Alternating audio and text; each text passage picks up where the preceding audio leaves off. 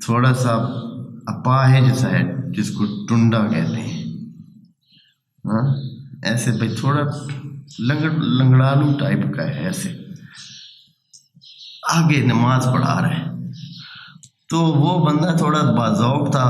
نماز ختم ہونے کے بعد ایک دو نمازی کو اس نے بلایا کہ اللہ کے بندے، امام جماعت میں شرائط پوری ہونی چاہیے، جسمانی طور پر سالم ہو تو بہتر ہوتا ہے، آپ نے یہ ان کو آگے کیوں کھڑا کیا ہوا ہے؟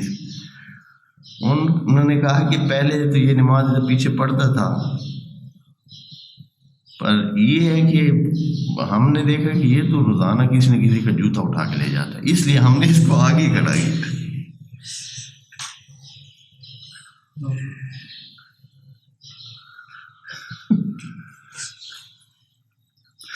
تو اس لیے ہم نے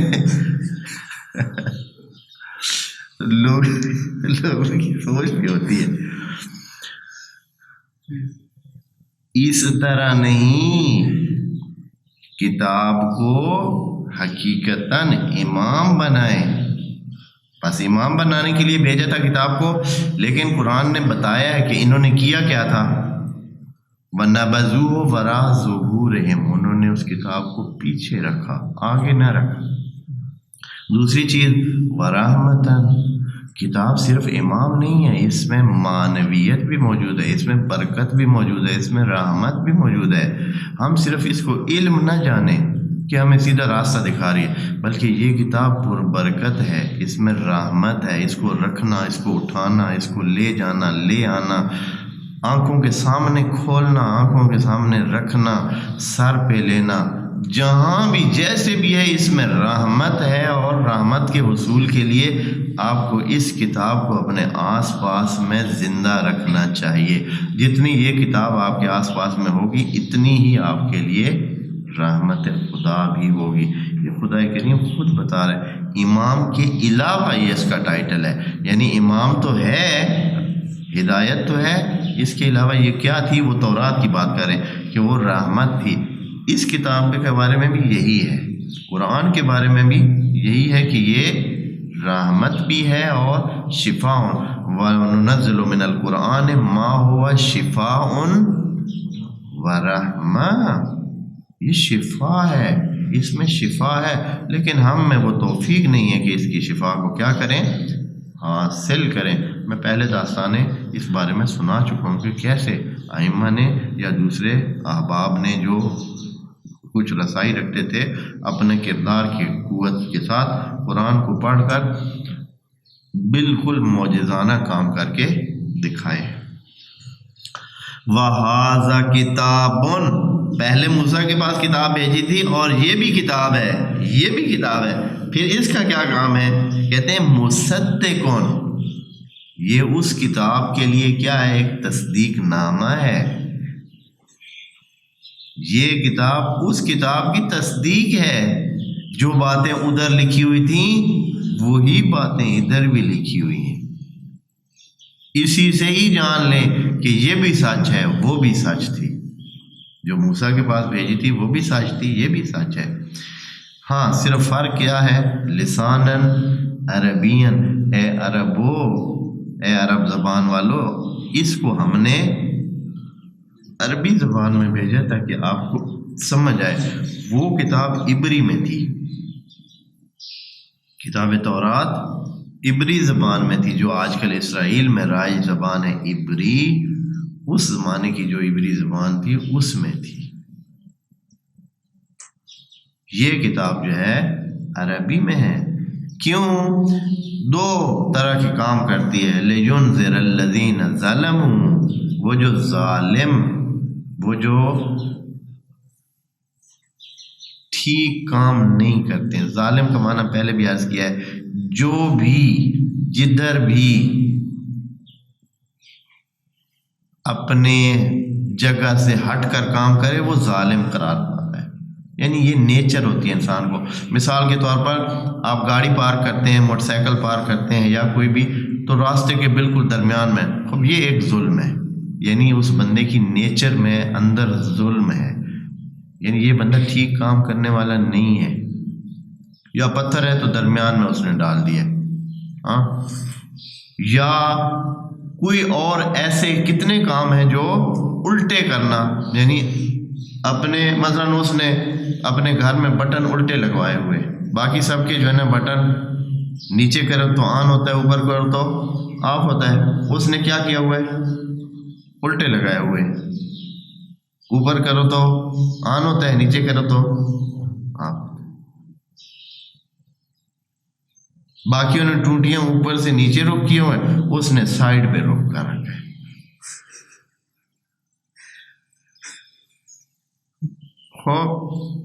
یہ ظلم ہے، یعنی ظلم کا مطلب ہے کہ اس کے دماغ میں، اس کی نیچر میں ٹیڑھ ہے، ٹیڑھ، وہ ٹھیک کام نہیں کرتا ہے۔ ظالم کا مطلب یہ ہے اصل میں۔ عادل کا مطلب یہ ہے کہ جو کام جیسے ہونا چاہیے کیا جائے، جو کام جیسے ہونا چاہیے کوئی کرے تو وہ عادل ہے۔ عادل کرنا یعنی وضع الشیء فی محلہ، ظلم وضع الشیء فی غیر محلہ۔ ہاں، تو جو ظالم ہیں ان کو تنبیہ کرنے کے لیے کہ بھائیو آپ ٹھیک راستے پہ نہیں ہیں، تورات کا یہ کام تھا ان کو بتانا کہ آپ ٹھیک راستے پہ نہیں ہیں، آپ ٹھیک راستے پہ آ جائیں، راستہ صحیح والا یہ ہے۔ وَبُشْرَ لِلْمُحْسِنِينَ، اور اسی میں ان کے لیے جو نیچرلی محسن ہیں، وہ ہر وقت اچھائی کا ہی سوچتے ہیں، برائی کا نہیں سوچتے ہیں، کسی کی برائی، اپنی برائی، کسی کے بارے میں نہیں، احسان کرنے والے ہیں، یعنی ان کے نیچر میں ہے کہ اچھا کام کریں، خرابی نہ کریں۔ ان کے لیے کیا ہے؟ بشارت ہے، وہی کتاب ان کے لیے بشارت ہے۔ اس کے بعد خدا کریم ایک فارمولہ ٹائپ بات کرتا ہے سارے انسانوں کے ساتھ کہ ہمارے قوانین یہ ہیں، ہم اس طرح کی باتیں کرتے ہیں۔ کیا ہے وہ جو ظالموں کے لیے انذار ہے اور محسنوں کے لیے بشارت ہے؟ وہ یہ ہے، کیا ہے؟ ان الذین قالوا ربنا اللہ، جنہوں نے کہا، نعرہ لگایا، یہ نعرہ ہے، قرآن میں بھی نعرے لکھے ہوئے، نعرہ ہے یہ، جنہوں نے کہا، یہ نہیں کہا کہ جنہوں نے جو ایمان لائے۔ ایک تو بہت ساری آیات میں یہ ہے کہ الذین آمنوا، الذین آمنوا، وہ تو ایمان لانا دل کی بات ہے، لیکن یہ دل کی بات نہیں ہے، کون سی بات ہے؟ نعرے والی بات ہے۔ ان الذین قالوا، کیا کہا؟ نعرہ لگایا، کیا نعرہ لگایا؟ ربنا اللہ، ہمارا رب کون ہے؟ اللہ ہے۔ نعرہ لگایا، پھر نعرہ لگا کے پھر نیاز کھانے چلے گئے؟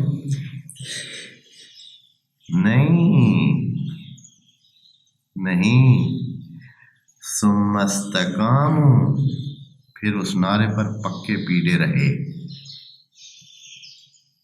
ہاں، اگر کہا مولا علی تو پھر علی کو مولا مانا بھی، پھر اس نعرے پہ قائم رہے۔ یہ نہیں کہ ادھر مولا علی، ادھر ساتھی دوسرے کا نیا جوتا پہن کر گھر چلی۔ ہاں، ہے نا؟ اور ان کی توجیہ کیا ہے؟ بس پچھلی دفعہ میرا کسی نے جوتا اٹھا لیا لگے تمہارا جوتا کسی نے پچھلی دفعہ اٹھا لیا تھا، اٹھایا ہوگا، تو وہ تیاری کر کے گھر سے آیا ہے کہ آج میں نے وہاں سے، ایسے لگتا ہے کہ جیسے مسجد گناہ گار ہے کہ مسجد کے یہ جوتے پڑے ہیں، پچھلی دفعہ مسجد نے اس کا جوتا چرا لیا تھا، اب مسجد کے باہر جو جوتے پڑے ہیں تو وہ اپنی مرضی کا ایک جوتا وہاں سے، مرضی کا، ہاں، جو اسے پسند ہے وہ اٹھا کے لے جائے۔ اس سے کوئی پوچھے کہ بھئی آپ نے کیوں اٹھایا ہے؟ میں نے اس لیے اٹھایا کہ میرا پچھلی دفعہ جوتا اٹھایا گیا تھا، اور یہ باقاعدہ ہم سے مسئلہ بھی پوچھا گیا ہے، اور کئیوں نے کہا کہ ہم نے کیا ہے۔ ہاں، کیوں بھائی کیا آپ نے؟ وہ بھائی ہمارا پچھلی دفعہ کسی نے اٹھا جو لیا تھا، وہ آپ کا کسی نے پتہ نہیں کس نے اٹھایا ہوگا، تو آپ بھی باقاعدہ چن کے جو اچھا لگا ہے وہ اٹھا کے لے آ رہے. بڑی منطق دی ہے. ثم استقاموا، نعرہ لگاتے ہیں لیکن نعرے کے ساتھ پھر کیا ہے؟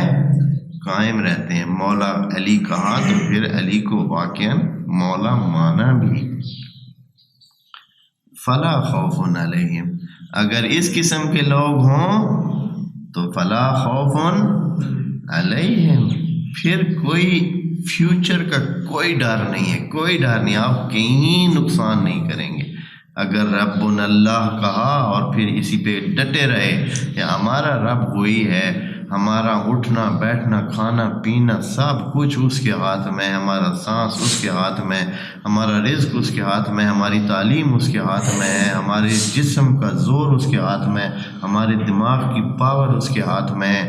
وہ ہمیں دے سکتا ہے، ہماری بڑھا سکتا ہے، کم کر سکتا ہے، صحت دے سکتا ہے، صحت لے سکتا ہے. اگر اس کو رب مان لیا، رب کا مطلب ہے کہ ہر کام وہ کرتا ہے، اگر یہ مان لے اور اسی کو مانے رکھے کہ میرے ہاتھ میں کچھ بھی نہیں ہے، رب وہ ہے، پھر خوف کس بات کا؟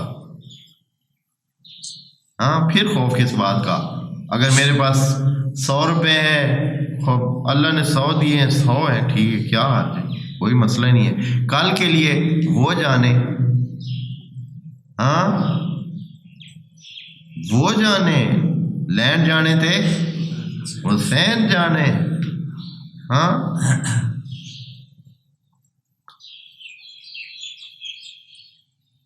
یا اس کے لیے ایک اور محاورہ ہے، وہ بھی یہ دوستوں کے لیے اگر اس طرح کی بات کرتا ہوں تو اس لیے کہ ان کو سیکھیں بھی صحیح، اور یہ چیزیں مفید ہیں. سائیں جانتے خوب، سائیں ہے، اللہ سائیں ہے، اللہ سائیں ہے، اللہ مالک ہے، وہ سائیں ہے. محاورے کے لیے ضروری نہیں کہ وہی چیز ہو، لیکن اس کا معنی ہوتا ہے وہ مالک ہے، وہ جانے کیا کرنا ہے. لا خوف علیہم، کوئی خوف نہیں ہے، ولا هم یحزنون، اور اگر کوئی پیچھے کمزوری رہ گئی ہے تو اس کا بھی کوئی دل میں غم اداسی پریشانی نہیں ہے، بالکل فری ہو جائے گا بندہ، تمام قیدوں سے کیا ہو جائے گا؟ آزاد ہو جائے گا. اس کو کچھ نہیں ہے، کیا ہوا ہے جو ہوا ہے کوئی بات نہیں ہے، آگے کا خوف نہیں ہے، پیچھے کا غم نہیں ہے. دو ہی چیزیں ہوتی ہیں نا، جو پیچھے گزر جاتی ہیں ان کا انسان کے اندر غم ہوتا ہے، جو آگے والے آنے والے حالات ہوتے ہیں اس کا انسان کو خوف ہوتا ہے. دونوں چیزیں خدا نے کہا کوئی پریشانی نہیں ہے. اگر یہ کوئی کہے قالوا ربنا اللہ ثم استقاموا، تو اللہ کی طرف سے کیا ہے؟ Tension free package.